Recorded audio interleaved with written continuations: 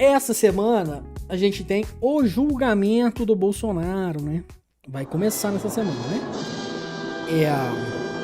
Então, assim, o nome dele vai estar aí na boca do povo, né? Na boca pequena, né? E eu que não sou bobo nem nada, vou fazer um corte, né? Eu vou fazer um vídeo, né? E aí eu vou explicar pra vocês um pouco o porquê desse vídeo. Na semana passada, eu postei um vídeo dizendo que você falar que o Bolsonaro foi preso por ligar pro filho, que a mulher lá foi presa por pintar a estátua de batom, é o mesmo do que dizer que o Osama Bin Laden foi preso por estar escondido numa caverna, né? Você esconde o crime e fala qualquer bosta, né? Você tá pagando de bobo, né? Você tá fazendo de bobo, né? No caso da mulher que pintou o bagulho de batom, é o seguinte, gente. No depoimento dela, ela disse que sabia que tinha gente armada lá, que sabia que a intenção daquele grupo era tentar um golpe de Estado, que sabia das pessoas que tinham bomba pra fazer atentados criminosos. Então, assim, ela pintar a estátua de batom é a menor dos crimes dela, cara. Menor dos crimes. Então, assim, ela foi presa, pegou 14 anos. Não foi pra pichar o bagulho, você sabe, cara. Você tá fazendo de bobo, cara. Se você entra num carro e as pessoas do carro estão armadas e fala, a gente vai assaltar um banco ali, hein? E você tá sabendo que elas vão assaltar um banco. Você continua no carro, elas chegam lá no banco, faz o estardalhaço lá. Não consegue assaltar no final, aí tanto faz, tentaram assaltar. Enquanto isso, você tá pintando de batom na janela do banco, perdeu o mané. Meu amigo, você vai ser preso, cara. Você é cúmplice. Então, ela cometeu um crime, cara. Ela tá sendo presa por causa do crime que ela cometeu, né? Não é por pintar de batom. Toda a algazarra ali, todo mundo tava participando, é crime, cara. Para de fazer de bobo, cara. Você tá fazendo de bobo, doidão. O Bolsonaro, ele não tá em prisão preventiva porque ele ligou pro filho, cara. E aí, pra gente falar um pouco dos crimes do Bolsonaro, né? Eu vou deixar aqui o Jones Manoel na voz. Então vamos lá. Ouvir o que o Jones Manoel tem a dizer sobre os crimes e a prisão do Bolsonaro. Né? The Economist é uma revista muito importante dos Estados Unidos, que uma vez fez uma capa que era o Cristo Redentor disparando como um foguete. Não é britânica, The Economist? The Economist é britânico, perdão.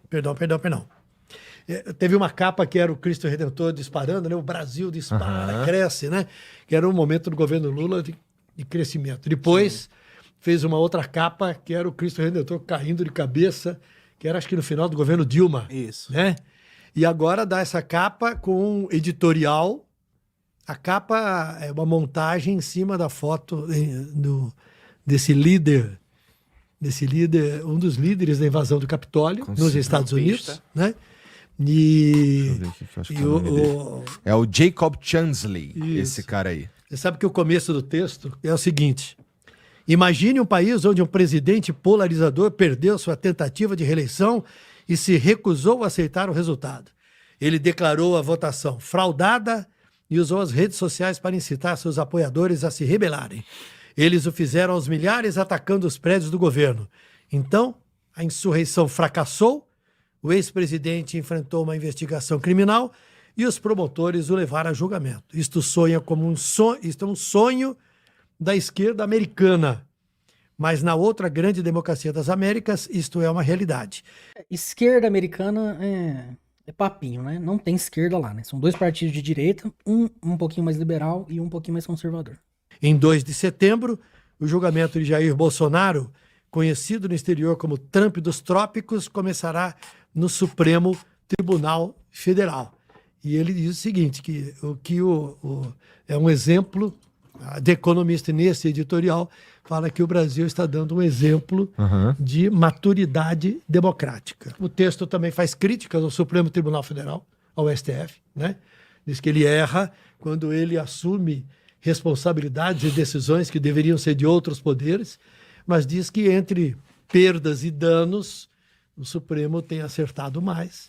Então, este texto que vem assinado numa publicação de hoje... A gente não pode cair também, gente, no engano de ficar endeusando o Supremo, né? Endeusando Alexandre de Moraes, né? Isso aqui é o mínimo, cara. Esse julgamento do golpe aqui é o mínimo, tá? E eles já votaram muito contra a classe trabalhadora, né? Então, assim, não vamos endeusar esses caras, não. Inclusive, para derrubar o piso, né, do salário das enfermeiras, foi o Supremo que deu essa canetada, tá? Então, assim, não é um pessoal bom, não, tá? Só estão fazendo o mínimo mesmo. Amanhã, dia 30, né? Já saiu, mas a data é 30 de agosto. Ele termina por elogiar o governo brasileiro e termina falando assim: Em contraste, mesmo com o governo Trump punindo o Brasil por processar Bolsonaro, o Brasil está determinado a salvaguardar e fortalecer sua democracia. O que você acha disso, dessa revista britânica fazendo tal elogio? Eu acho que o Marx, em 1850, no seu 18 Brumário do Luiz Bonaparte, ele critica a The Economist, que ele fala que eles são os apologetas, os profetas do pensamento burguês na Europa, né? E acho que tá errado. Veja, é claro que eu gosto muito da ideia do Bolsonaro preso. Mas como a gente conversou aqui, né? Pra mim, o Bolsonaro tá sendo preso pelos motivos errados, Carlos. Assim, pra mim é inacreditável, depois do que o cara fez na pandemia, depois de ser responsável direto pela morte de milhares e milhares de brasileiros, ele não tá sendo preso pela pandemia. Assim, centenas de milhares, né? Centenas de milhares. A gente vai falar aí de 300, 400 mil pessoas que não deveriam ter morrido, né, na pandemia. Ele não tá sendo preso pelo atraso na compra de vacinas, pelo desestímulo a tomar vacinas, pelo desestímulo ao isolamento social, ao uso de máscaras. A memória no Brasil aqui é muito frágil, né? As pessoas esqueceram que o Bolsonaro e o Paulo Guedes eram contra o auxílio emergencial de R$600. Eles foram derrotados no Congresso, mas a linha do Bolsonaro era: não vai ter auxílio, não vai ter isso de ficar em casa não, vamos todo mundo pra rua trabalhar, sabe? O Brasil teve recorde no número de mortos, recorde no número de enfermeiras mortas no Brasil. A gente teve o maior número de enfermeiras, técnicas e auxiliares de enfermagem mortas no mundo inteiro. Então o Bolsonaro tem que ser preso por isso. Isso por um lado. Por outro lado, o legado político e econômico do Bolsonaro está intacto. A Eletrobras foi privatizada. O presidente Lula prometeu retomar a Eletrobras, fez um acordo para manter a Eletrobras privatizada. O Banco Central foi privatizado durante o governo Bolsonaro numa votação ilegal online. O Banco Central segue privatizado e a taxa de juros hoje em dia está em 15%. 15%, cara, é inacreditável. A taxa de juros no Brasil está 15%. Vamos dar uma olhada só quanto que é a taxa de juros em outros países desenvolvidos aqui, rapidinho. As taxas de juros variam nos países da OCDE, né? Suíça e Japão têm o juro de 0,25 e 0,5. O do Brasil é 15%. Canadá é 2,75. Coreia do Sul, 2,5. Austrália, 3,6. É inacreditável isso aqui, cara. É inacreditável. A Austrália tem uma taxa de 3,6 e o Brasil tem uma taxa de 15%. Inacreditável, tá? Isso é porque o Banco Central está privatizado, né? Quando o Bolsonaro privatizou a refinaria Landolfo Alves, na Bahia, a refinaria Isaac Sabá, no Amazonas, e a Clara Camarão, no Rio Grande do Norte, saem privatizados. E saiu agora uma reportagem muito boa no Brasil de Fato, mostrando que a Isaac Sabá, no Amazonas, comprado pelo Atem Grupo, Atem Distribuidora, eles controlam a importação de combustível e a refinaria que era da Petrobras. O que é que eles fazem? Eles deixam a refinaria subutilizada, com a produção baixa, porque é mais lucrativo para eles importar combustível e revender do que usar a refinaria. Então, Amazonas, um dos estados mais pobres do Brasil, paga um dos combustíveis mais caros do Brasil. Proporcionalmente, um paulista paga um combustível mais barato que o amazonense. Tá tudo isso de pé. O Temer aprovou o teto de gastos, né? A cara do Igor. Ó a carinha dele. Ó a carinha dele. Aprovou o teto de gastos, né? O governo Lula aprovou um novo teto de gastos e todo aquele discurso de austeridade do Paulo Guedes está vigente. Tem medidas de privatização que o Bolsonaro que não conseguiu, que até, inclusive, o governo Lula está continuando. Veja, o Bolsonaro privatizou o metrô de BH. O metrô de BH, depois que ele foi privatizado, a passagem já subiu 36%. 1.000 trabalhadores foram demitidos, né? As obras atrasadas, como a obra da linha 2, continuam atrasadas e o serviço piorou. Nesse momento, o governo Lula, que prometeu tirar o metrô do Recife do programa de privatização e a Transurb de Porto Alegre da privatização, o governo Lula está querendo privatizar tanto o metrô do Recife como a Transurb e privatizar, Carlos, usando dinheiro do BNDES. Então, assim, imagina, tu é um empresário, aí tu chega pro governo Lula e fala assim: eu quero comprar o metrô do Recife. E aí o governo Lula vai e fala assim: não, tranquilo, eu vou te dar 3 bilhões para tu comprar o metrô do Recife e investir no metrô. Oxente, qual é a pergunta? Quero. Qual é a pergunta óbvia que a gente faz? Vem cá, se tem 3 Eu não bilhões... entendo nada, mas acho que é bom.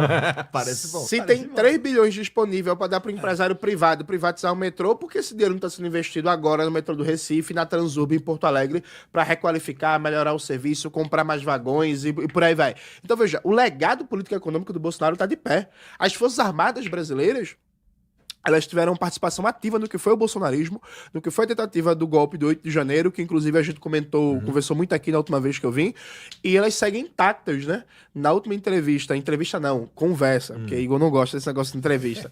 Na última conversa que a gente teve aqui, eu comentei, por exemplo, sobre o livro do meu amigo Pedro Maren, Aproximações Sucessivas, que faz uma análise dos militares durante o governo Bolsonaro e no começo do governo Lula. Veja, não foi feita nenhuma reforma dos militares, depois deles participarem do genocídio que matou 700 mil brasileiros. Então, assim, o Haddad, inclusive, tem dias que o Haddad acorda, ele se olha no espelho e fala, espelho, espelho meu, quem é mais Paulo Guedes do que eu, né? O Haddad defende uma política econômica que lembra a política do Paulo Guedes.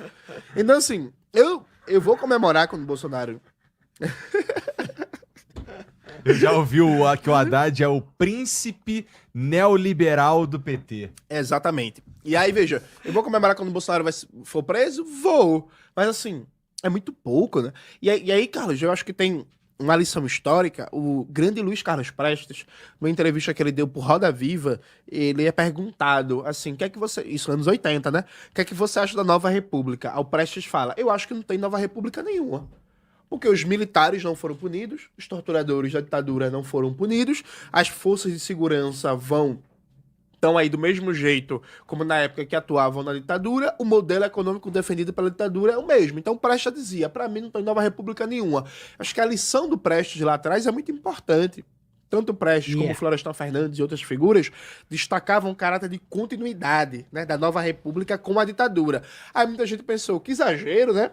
Só tô vendo o lado negativo, não tô vendo o lado positivo. Quando a gente vê que uma besta-fera dessa vira presidente reivindicando o legado da ditadura empresarial militar e dizendo viva o coronel Brilhante Ustra, a gente percebe que faltou um trabalho melhor de memória, de ruptura com aquele passado.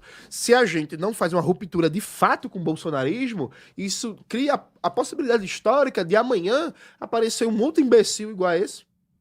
Sabe, um Tarcísio. E vai aparecer, imagina, né? 2030, a disputa à presidência. Eu e o Nicolas Ferreira. Vê que miséria. Nicolas Ferreira reivindicando um legado bolsonarista. Não tem condição, não. Então eu não fico feliz, não. E eu acho que, como sempre, a The Economist está errada.